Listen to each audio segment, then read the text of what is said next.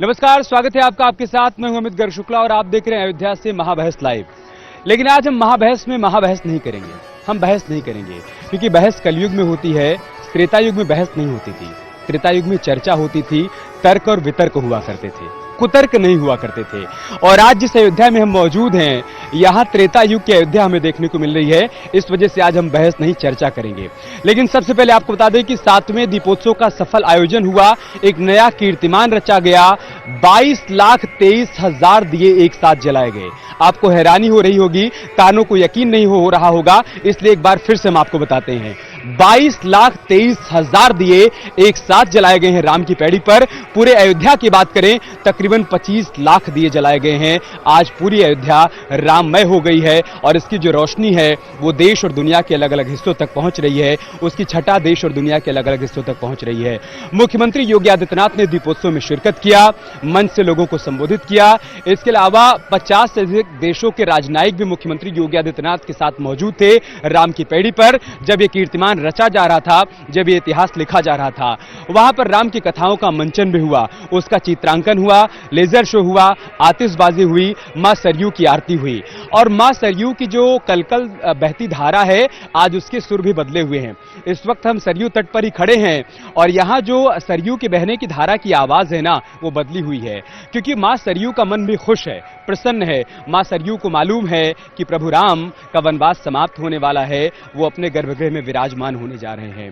त्रेता युग में राम को 14 बरस का वनवास सहना पड़ा था, हमारे कलयुग में राम को 500 वर्षों का वनवास सहना पड़ा। क्यों? क्योंकि इससे पहले कभी किसी ने दृढ़ इच्छा शक्ति नहीं दिखाई, कभी किसी ने नीति और नियत नहीं दिखाई, किसी ने प्रयास नहीं किया कि चलिए हम रामलला को टाट से ठाट की ओर लेकर चलते हैं। लेकिन वो प्रयास किया गया प्रधानमंत्री मोदी और मुख्यमंत्री योगी आदित्यनाथ की तरफ से। उसी का परिणाम है कि आज अयोध्या में दिव्य और भव्य दीपोत्सव मनाया जा रहा है, दिवाली मनाई जा रही है और अयोध्या में कह सकते हैं कि राम राज्य लौट आया है। त्रेता युग की तस्वीर हमें यहां पर देखने को मिल रही है। इसी पर आज हम चर्चा करेंगे, बहस नहीं करेंगे। मैं बार बार आपसे कह रहा हूं कि आज हम चर्चा करेंगे, बहस नहीं। आज सुबह से न्यूज़ 18 हर तस्वीर आप तक पहुंचा रहा है। हम ये दिखाने की कोशिश कर रहे हैं, बताने की कोशिश कर रहे हैं कि अयोध्या कैसे बदल रही है, अयोध्या कैसे सज रही है, संवर रही है। तमाम मेहमान हमारे साथ जुड़ेंगे, धर्मगुरु हमारे साथ जुड़ेंगे, चर्चा को आगे बढ़ाएंगे। लेकिन पहले आप एक रिपोर्ट देख लीजिए।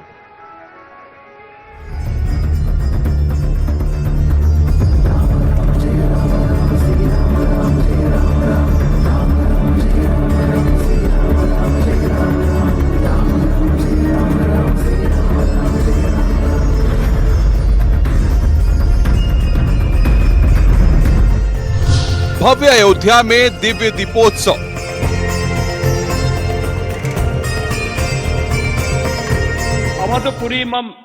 अवधपुरी सम प्रिय नहीं सोऊ, यह प्रसंग जानहि को। यानी अयोध्या से अधिक प्रिय मेरे लिए और कोई नहीं। यह प्रसंग हर कोई नहीं जानता है। और भाइयों बहनों, अयोध्या को भगवान राम के ही अनुसार उनकी प्रिय नगरी के रूप में प्रस्तुत करने का दायित्व तो डबल इंजन की सरकार पूरी प्रतिबद्धता के साथ निर्वहन करने के लिए तैयार है। 21 लाख दियों से अयोध्या रोशन।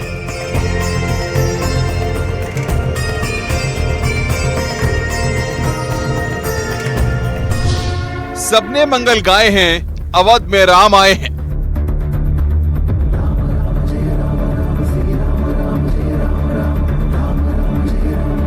गरीबों के लिए जो योजनाएं बनी, हर घर में शौचालय बन गया, हर गरीब के लिए आवास की व्यवस्था हो गई, हर गरीब को विद्युत की कनेक्शन मिल गए, हर गरीब के घर में स्वस्थ ईंधन के लिए उज्ज्वला योजना के कनेक्शन मिल गए, हर गरीब के स्वास्थ्य के लिए आयुष्मान भारत की 5 लाख रुपए की स्वास्थ्य बीमा का कवर मिल रहा है। हर गरीब के लिए वे सभी सुविधाएं। अयोध्या में दिवाली त्रेता युग वाली।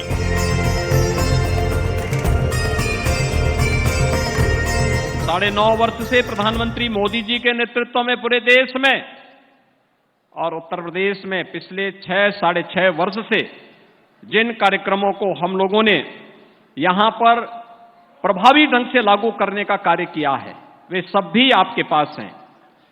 भाइयों बहनों, जिस अयोध्या के बारे में भगवान ने स्वयं कहा हो, जन्मभूमि मम पुरी सुहावनी, उत्तर दिशि बह सरजू पावनी। राम नगरी में अद्भुत दृश्य देख रहा विश्व।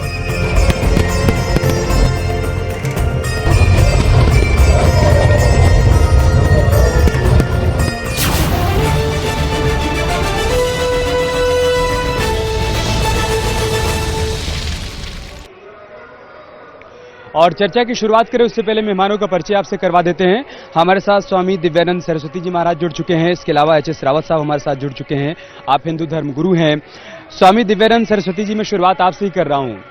सर, आज जब योगी जी मंच पर आए तो उन्होंने कहा कि सब हमसे कहा करते थे, संत हमसे कहा करते थे कि योगी जी काम करिए, मंदिर का निर्माण करिए। मंदिर का निर्माण हो रहा है जी, दिव्य और भव्य राम मंदिर का निर्माण हो रहा है। महाराज जी, क्या सोचा था कि ये सब कुछ इतना जल्दी संभव हो जाएगा, इस जीवन काल में संभव हो जाएगा, जो सपना देखा था वो साकार हो जाएगा, राम मंदिर का आकार हमें देखने को मिलेगा? बहुत सही। जय श्री राम। सबसे पहले पूरे देशवासियों को आपको साधुवाद। कितना अच्छा कार्यक्रम पूरे विश्व को आप दिखा रहे हैं। देखिए, अभी से कुछ समय पहले तक लोग कहते थे कि पहले हम तो कहते थे मंदिर वही बनाएंगे, तो लोग पूछते थे तारीख बताओ। आज उनके मुंह में दही जम गए, उनका मुंह काला हो गया। श्री राम को काल्पनिक बताते थे लोग। हमने 500 वर्षों तक न्यायालय के दरवाजे पे अपना माथा टेका है, नाक रगड़ा है, दरवाजा खटखटाया है, बहुत ही झेलनी पड़ी। और आज श्री राम आए हैं। हम तो पुनः लग रहा है कि जीते जी इस जन्म में यह शरीर हमारा पूरा त्रेता में हम वापस चले आए। और ये 5,500 वर्ष पूर्व जो दीपावली मनी थी, जिसके कारण से आज लगातार दीपावली मन रही है, तो आज पुनः फिर दीपावली मन रही है। और 2 महीने के बाद हम फिर दीपावली मनाएंगे ऐसे ही भव्य, क्योंकि हमारे श्री राम प्रभु आ गए हैं। और कल्पना की बात कहनी क्या है, विश्वास तो था, निश्चित मन में कभी कभी निराशा होती थी, लेकिन बार बार मैं भी मेरा इस जन्म आज मैं रोक नहीं पा रहा हूँ अपने आप को। भगवान के चरणों में कोटि कोटि अपना प्रणाम निवेदित करते हुए श्री राम के चरणों में मैं ये कहना चाहूंगा, ये मेरा जीवन सफल है। मेरा भी संत समिति के माध्यम से, विश्व हिंदू परिषद के माध्यम से पूरे संघर्ष में एक गिलहरी से भी छोटी प्रयास का मेरा अवसर मिला। ये जन्म मेरा सफल है। मैं देखता रहा पूरे संघर्ष में रहने से आज जितना गौरवान्वित हूँ। लग रहा है कि जमीन में लोटू, धूल लगा लूं, क्या करूं, तो कोई शब्द नहीं मिल रहे हैं कि कैसे खुशी को व्यक्त करूं। आज तो श्री राम आ गए और पूरा जो है सो ये राम राज्य आ रहा है, पूरा विश्व देख रहा है। 24 लाख दिए का प्रकाश से पूरा जन जन तक के आत्मा में, मस्तिष्क में प्रकाशित हो रहा है। और ये परिष्कृत होकर हम राम राज्य में प्रवेश करने वाले हैं। और 22 जनवरी को राम राज्य का राज्याभिषेक भी होगा। हम यही मान के चलते हैं कि अब तो हमारा ये राम राज्य आ गया, श्री राम आ गए। हमें 500 वर्ष लगी श्री राम की धरती में राम को ही ढूंढने में 500 वर्ष लग गए। ये कितनी पीड़ा थी हमारे मन में। देखिए महाराज जी, मौजूदा सरकार का कहना है कि राम का यही तो मूल मंत्र था। राम का यही मूल मंत्र था कि सबका साथ, सबका विकास, सबका विश्वास, वही हमारा मूल मंत्र है। राम का मूल मंत्र था सामाजिक समरसता, वही हमारा मूल मंत्र है। राम का मंत्र था न जाति में भेदभाव करो, न धर्म में भेदभाव करो, न मजहब में भेदभाव करो, न ऊंच नीच करो, यही हमारा मूल मंत्र है। मैं आऊंगा महाराज जी आपके पास फिर से, लेकिन एच.एस. रावत साहब के पास चलता हूं। एच.एस. रावत साहब, हमने त्रेता युग वाली अयोध्या नहीं देखी है। राम जब वनवास से लौट कर आए थे 14 बरस बाद, हमने वो अयोध्या नहीं देखी है, लेकिन हम इस अयोध्या को देख रहे हैं। इस अयोध्या में राम 500 वर्षों के बाद आए हैं और 22,23,000 दिए जलाए गए हैं। रावत साहब, मुझे नहीं मालूम है कि त्रेता युग में इतने दिए जलाए गए थे, नहीं जलाए गए थे, लेकिन आज की अयोध्या में जलाए गए हैं। आज जैसे स्वागत की कल्पना तो शायद ही किसी ने की होगी। रावत साहब। अमित जी, सबसे पहले तो मैं पूरे विश्व के जितने भी सनातनी हैं उन सबको दिवाली की बहुत बहुत शुभकामनाएं देता हूं। और जो भी हमारे न्यूज 18 को देख रहे हैं उन सबको भी बहुत बहुत शुभकामनाएं। और सबसे बड़ी बात है कि मैं, अमित जी, बड़ा भाग्यशाली हूं कि मैं इस आंदोलन में भागीदार रहा। जब वो ढांचा हटाया गया था उस समय भी मैं था, जब पहले दीपोत्सव हुआ तो उस समय भी था, और आज अपने सामने हम भगवान का जो मंदिर है, जो भगवान का जो घर है, भगवान का जो भवन है, जो भगवान का महल है, उसको अपनी आंखों से बनता हुआ देख रहे हैं। और उम्मीद है कि भगवान का आशीर्वाद रहा तो आगे 22 जनवरी को प्राण प्रतिष्ठा, उनका गर्भगृह, उनके दर्शन भी देखेंगे। तो इसमें कोई दो राय नहीं है। भारत जो है विश्व गुरु था, ज्ञान का विश्व गुरु आज भी है और पहले भी था और भविष्य में भी रहेगा। क्योंकि हमारी, जैसे अभी योगी जी ने कहा कि सांस्कृतिक क्रांति की शुरुआत है, इसमें कोई दो राय नहीं है अमित जी कि ये जो आप देख रहे हैं ना, आप जो विजुअल दिखा रहे हैं, ये वर्ल्ड में एक ऐतिहासिक, एक कह सकते हैं कि मूवमेंट है, ऐतिहासिक क्रांति है, ऐतिहासिक दृश्य है कि यहां पर बामन देश के प्रत्यक्ष राजदूत बैठे हुए हैं।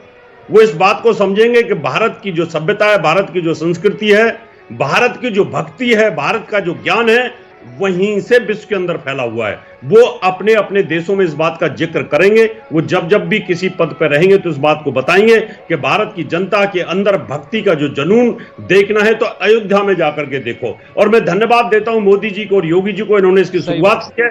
और भविष्य में अमित जी, मैं कहना चाहता हूं, सरकारों से कोई भी सरकार आए, वो जिस प्रकार से हमारी जन्माष्टमी मनाई जाती है, कृष्ण जन्माष्टमी, इसी प्रकार से राम नवमी की शुरुआत हो जानी चाहिए। इसी प्रकार से वहां पर दिवाली का भव्य आयोजन होना चाहिए। मैं ऐसी कल्पना करता हूं। जरूर होना चाहिए, जरूर होना चाहिए एच.एस. रावत साहब, क्योंकि राम अगर हमारे रोम रोम में है, राम हमारे मन में है, राम कण कण में है, तो रामनवमी दिव्य और भव्य होनी चाहिए। जरूर उस दिशा में प्रयास किए जाएंगे। हमारे साथ महामंडलेश्वर योगी नवलगिरी जी भी जुड़ चुके हैं। नवलगिरी जी, अभी दिव्यानंद सरस्वती महाराज जी कह रहे थे कि समझ नहीं आ रहा है कि क्या करूं, लोटपोट हो जाऊं, द्रवित हो जाऊं, प्रसन्न हो जाऊं, आंखों के आंसू छलका दूं, समझ नहीं आ रहा है कि खुशी की इस घड़ी में क्या क्या करूं। अयोध्या के साधु संतों से जब मैं बातचीत कर रहा था नवलगिरी जी, तो उनका भी यही कहना था कि मन द्रवित है, और ये जो द्रव है ना, ये सुख का द्रव है, ये सुख का द्रव है, क्योंकि हमने बहुत लंबी प्रतीक्षा की है जी, हमने बहुत लंबा संघर्ष किया है, हमने तप की, हमने तपस्या की है, तब ये परिणाम आया है। नवलगिरी जी, पहले तो आप सबको दीपावली की बहुत बहुत शुभकामनाएं, संपूर्ण विश्व को, जितने भी सनातनी हैं। और देखिए, ऐसा नहीं हम लोग बयान कर पा रहे हैं, हमारे शब्द भी खत्म हो गए हैं कि हम लोग जो चाहते थे रामराज, और जो खुशी हमें अब मिल रही है योगी और मोदी की सरकार में, मैं आपको बताऊं, जितने दीप आज जल रहे हैं, मुझे नहीं लगता कि त्रेता युग में भी इतने जले होंगे। और रामराज जब आए होंगे, इतनी खुशी उस समय बनी होगी, उससे 100 गुनी ज्यादा खुशी आज भारत में बन रही है, अयोध्या वासियों के लिए बन रही है। 22 लाख दीपक जलाए जा रहे हैं, यह हमारे बड़े सौभाग्य की बात है महाराज। और मैं आपको बता दूं, अब रामराज आ गया है। अब देखिए, अपराध उत्तर प्रदेश से बिल्कुल खत्म हो गया है, भारत से भी अपराध खत्म होने वाला है।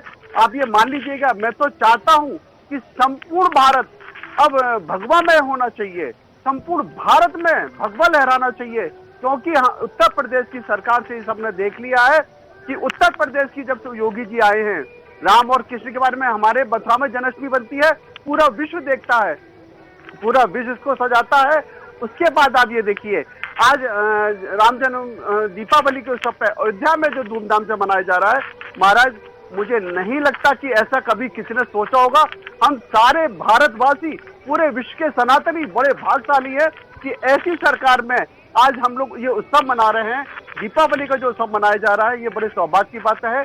सबसे बड़ी बात यह है कि हमें अपने आंखों से 22 तारीख को रामलला को अपने स्थान में देखेंगे, और सारे लोग, हमारे पूर्वज लोग जो चले गए हैं, आज आप झूठ मानेंगे, वहां पर भी वो लोग बड़े हर्ष उल्लास के साथ नृत्य कर रहे होंगे, और उनको लग रहा होगा कि हमारी सारी चीजें अब विफल नहीं गई हैं, हम सफल हुए हैं, राम मंदिर बनने जा रहा है, 22 तारीख को ठाकुर जी बैठने वाले हैं। सही बात। उसके बाद में जो दीपावली का उत्सव हो रहा है, ये कभी किसी ने सोचा था? और किसी मुख्यमंत्री और किसी की ताकत थी या किसी प्रधानमंत्री की ताकत थी जो वो ऐसा कर सकते थे? ये तो खाली हमारे भाजपा की सरकार है, मोदी योगी की सरकार है, जो पूरे भारत में उन्होंने ये करके दिखाया है। सबका साथ, सबका विकास, सबके साथ में। आप देखिए, देश का प्रधानमंत्री उन लोगों के चरण धोता है जो देश के लिए अपना योगदान देते हैं। कुंभ में आके क्या किसी प्रधानमंत्री में किसी में ताकत थी? ये खाली हमारे मोदी जी में इतनी ताकत है, योगी जी में इतनी ताकत है, हमारे कुंभ को करके दिखाया है, हमारे पूरे भारत में, उत्तर प्रदेश में पूरा अपराध खत्म करके दिखाया है। ये भी दिखाया है कि आप ये देखिएगा कि अगर हमारे यहाँ दीपावली का उत्सव अगर हो रहा है तो आज पूरा विश्व देख रहा है कि भारत में दीपावली का उत्सव अयोध्या में जाकर पूरा विश्व के लोग आके देखे हैं। इतनी दीपक महाराज आज तो राम और दीपावली क्यों मनाई जाती है उसका संदेश भी तो पूरी दुनिया में जा रहा है ना, उसका संदेश भी जा रहा है नवलगिरी जी। दिव्यानंद महाराज जी, जब मैं यहाँ साधु संतों से बातचीत कर रहा था तो मैंने उनसे कहा कि ये दीपोत्सव क्यों खास है, क्या हर बार यहाँ पर कीर्तिमान बनाए जाते हैं, इस बार यहाँ पर 21 लाख से ज्यादा दिए जलाए जाएंगे इसलिए खास है?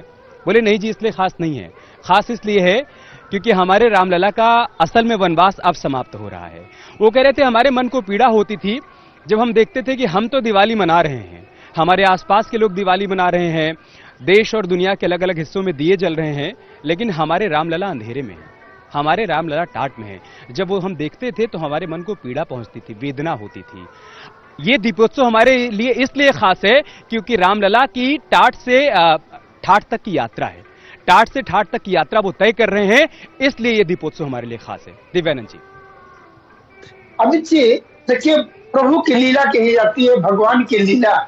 भगवान कहां से कैद हो जाए, भगवान क्या टाट में रहेंगे, लेकिन भगवान ऐसी लीला करके हम सबों को जिसकी भी भागीदारी रही, एक राम काज करने का अवसर मिला और इसमें लोगों की पहचान हुई और हमें राम राज्य स्थापित करने के लिए जितने हमारे विधर्मी हमारे ही बीच में ये दुष्ट पापी जितने थे जो श्री राम को काल्पनिक बताते थे या कोर्ट पे कभी उनके विरुद्ध में खड़ा हुआ, वैसे लोगों को भी सबक सिखाने की आवश्यकता थी। कि भगवान कहे नहीं, गीता में भगवान श्री कृष्ण ने कहा है कि हम पापियों को और करते कि तुम उठो, तुम्हारा पाप का घड़ा भरे। तो ये दीन लाने के लिए भगवान की यह भी एक लीला थी और हमें काम करना था। राम काज का अवसर जो मिला है, ये तो साक्षात हनुमान जी की तरह ये आदरणीय हमारे मोदी जी और योगी जी है जो राम काज कर रहे हैं और उनके पूरे पीछे पूरा देश लगा हुआ है काम करने के लिए, तन से, मन से, शरीर से, नैतिक रूप से, जो जहां से भी है पूरे सनातनी का इसमें ऊर्जा लगा है, तब यह संभव हो पाया है और हमारा राम राज्य स्थापित तब तो हो ही गया। त्रेता युग में राम काज के लिए हनुमान जी थे, जैसा आप कह रहे हैं दिव्यानंद जी की त्रेता युग में राम काज के लिए हनुमान जी थे, तो इस युग में राम काज के लिए प्रधानमंत्री मोदी हैं और मुख्यमंत्री योगी आदित्यनाथ हैं। तभी तो प्रधानमंत्री मोदी हर मंच से इस बात का जिक्र करते हैं कि राम काज कीन्हे बिना मोहि कहां विश्राम। जब तक राम का काज अंतिम परिणाम तक नहीं पहुंच जाता है, मुझे विश्राम नहीं है, मैं आराम से बैठने वाला नहीं हूं। रावत साहब देखिए, सब कुछ पहले भी था, सब कुछ पहले भी था, बस नीति नहीं थी, नियत नहीं थी, दृढ़ इच्छा शक्ति नहीं थी। कह सकते हैं कि पूर्ववर्ती सरकारों ने अगर नीति, नियत और दृढ़ इच्छा शक्ति दिखाई होती तो हमारे राम को 500 वर्षों तक वनवास नहीं काटना पड़ता। रावत साहब। यथा प्रजा यथा राजा, यथा राजा यथा प्रजा, यानी जैसा राजा होता है और जैसी प्रजा होती है उसी प्रकार से राजा का चुनाव होता है। इसमें कोई दो राय नहीं है। वोटों की राजनीति के लिए, सनातन धर्म के लिए बहुत बुरा और बहुत बड़ा अत्याचार किया गया, उसका शोषण किया गया। चलो पहले हम गुलाम थे क्योंकि हम उदारवादी थे, हमारा धर्म, हमारा वैदिक ज्ञान हमें कभी पाप करना नहीं सिखाता, हमें हिंसा नहीं सिखाता और उसका दुष्परिणाम आताताइयों ने ये समझा कि सनातन धर्म बड़ा लिबरल है और इसको खत्म किया जा सकता है। लेकिन बाद में जब हम जागे तो ऐसा जागे कि लोगों में जागृति पैदा हुई। लेकिन अब मैं लोगों से ये कहना चाहता हूं कि आप जाग चुके हैं, अब आपको सोने की आवश्यकता नहीं है। कल को वोटों की राजनीति के लिए दोबारा से कुछ सरकारें पलट भी सकती हैं क्योंकि समय का परिवर्तन होता है। कहीं ऐसा ना हो कि जैसे पीछे सरकारें पलटी और सरकारों ने 84 कोस की परिक्रमा को बंद कर दिया, जो फंड आते थे वो उनको बंद कर दिया, ज्ञान वापी के अंदर पूजा अर्चना को बंद कर दिया, हज हाउस बनवाने शुरू कर दिए। इस प्रकार की स्थिति ना पैदा हो, भगवान राम को कोई काल्पनिक ना कह पाए, उसके लिए सनातनी धर्म वालों, भक्त लोगों, भगवान राम के भक्तों में आपसे एक ही चीज कहना चाहता हूं, भविष्य में इस बात को ध्यान रख लेना कि जो आज ये खुशी है, कोई सरकार रहे या न रहे, लेकिन ये खुशी कभी खत्म नहीं होनी चाहिए। ये ध्यान रखना है आपको।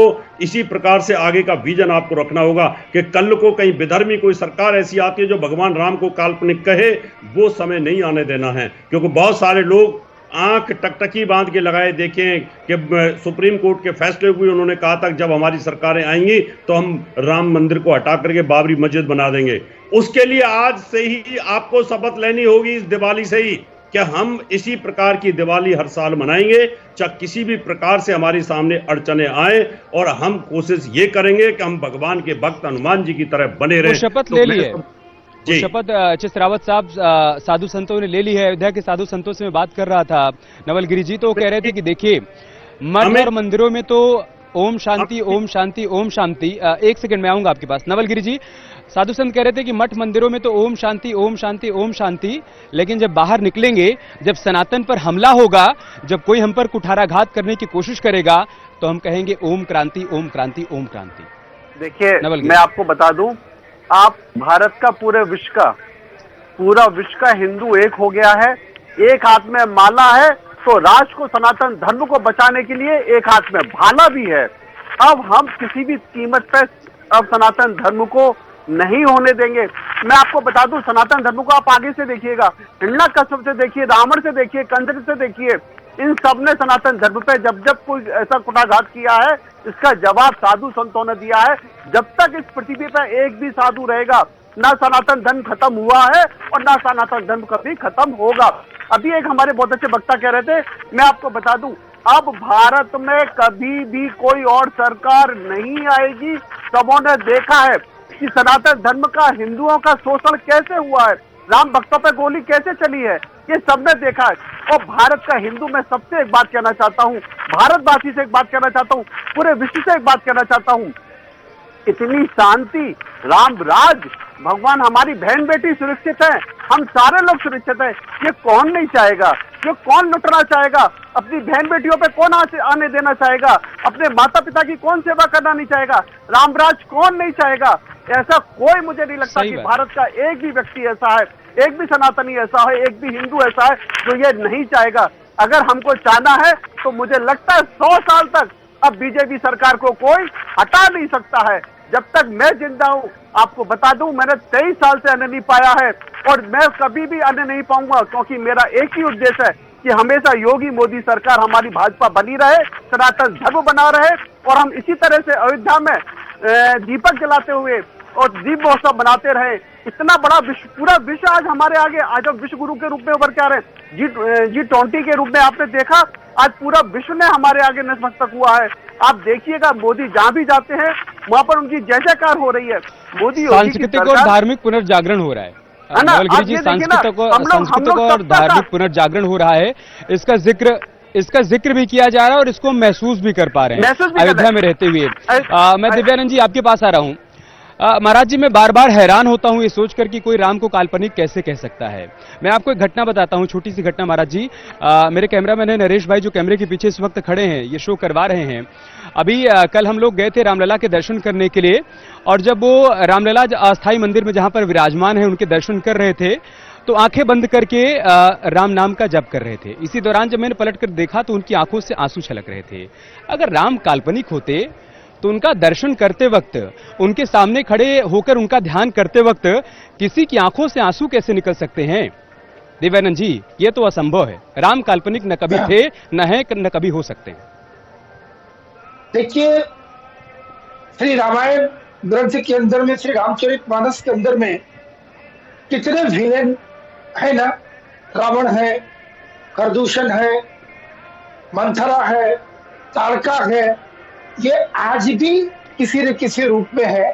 वही कोई काल्पनिक बता रहे थे, और सबों के मुंह में दही जम के ये किस मुंह लेके कभी श्री रामलला का दर्शन करने जाएंगे, इनके अंदर हिम्मत नहीं है। आज ये मुंह छुपाए घूम रहे हैं। और रही सरकार की बात, तो सरकार तो सही बात है, ये देख रही है कि हमारी दुकान बंद होने वाली है, मेरा कुछ नहीं चलना है, कोई उपाय नहीं रहेगा, सारे एक साथ गोलबंद होकर किसी प्रकार से हटाने की कुचेष्टा में लगे हैं।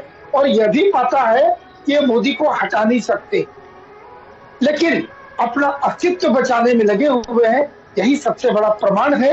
ये जितने जब त्रेता में जो जितने सही भी बात। वहां विलेन थे, आज भी यहाँ विभिन्न रूप से अलग अलग प्रदेशों में जो सनातन के विरुद्ध खड़े हैं, श्री राम के विरुद्ध खड़े हैं, और भांति भांति के उनके रूप बदल अलग-अलग गए, इनके- उनके रूप बदल गए, उनके रूप विचार बदल नहीं गए बदले, कि वो अलग प्रिया अलग है। रूपों में यहाँ पर मौजूद हाँ, हैं। जिस तरह की चर्चा बिल्कुल। चल रही है, यकीन मानिए महाराज जी, दिव्यानंद जी, नवलगिरी जी और एच.एस. रावत साहब, मैं बिल्कुल नहीं चाहता हूं कि इस चर्चा को मैं विराम दूं, लेकिन समय हमें ये कहता है कि नहीं, यहां पर विराम देना होगा। बहुत बहुत शुक्रिया आप सभी का हमारे साथ जुड़ने के लिए, इस चर्चा का हिस्सा बनने के लिए। देखिए जी, 22 जनवरी 2024 वो तारीख है जब रामलला अपने गर्भगृह में विराजमान हो जाएंगे। आपका इंतजार समाप्त हो जाएगा। 23 जनवरी से आम श्रद्धालु रामलला के दर्शन कर पाएंगे। दीपोत्सव हो गया है, अब तैयारियां करिए सबसे बड़े उत्सव की, उस उत्सव की जो 500 वर्षों के बाद मनाया जाएगा, जब रामलला गर्भगृह में विराजमान हो जाएंगे। यकीन मानिए, उस अयोध्या में आप आएंगे तो उस अयोध्या के कण कण में आपको राम के होने का एहसास होगा, अयोध्या के रूम रूम में आपको राम के होने का एहसास होगा। बहुत बहुत धन्यवाद आप सभी का इस चर्चा का हिस्सा बनने के लिए। नमस्कार।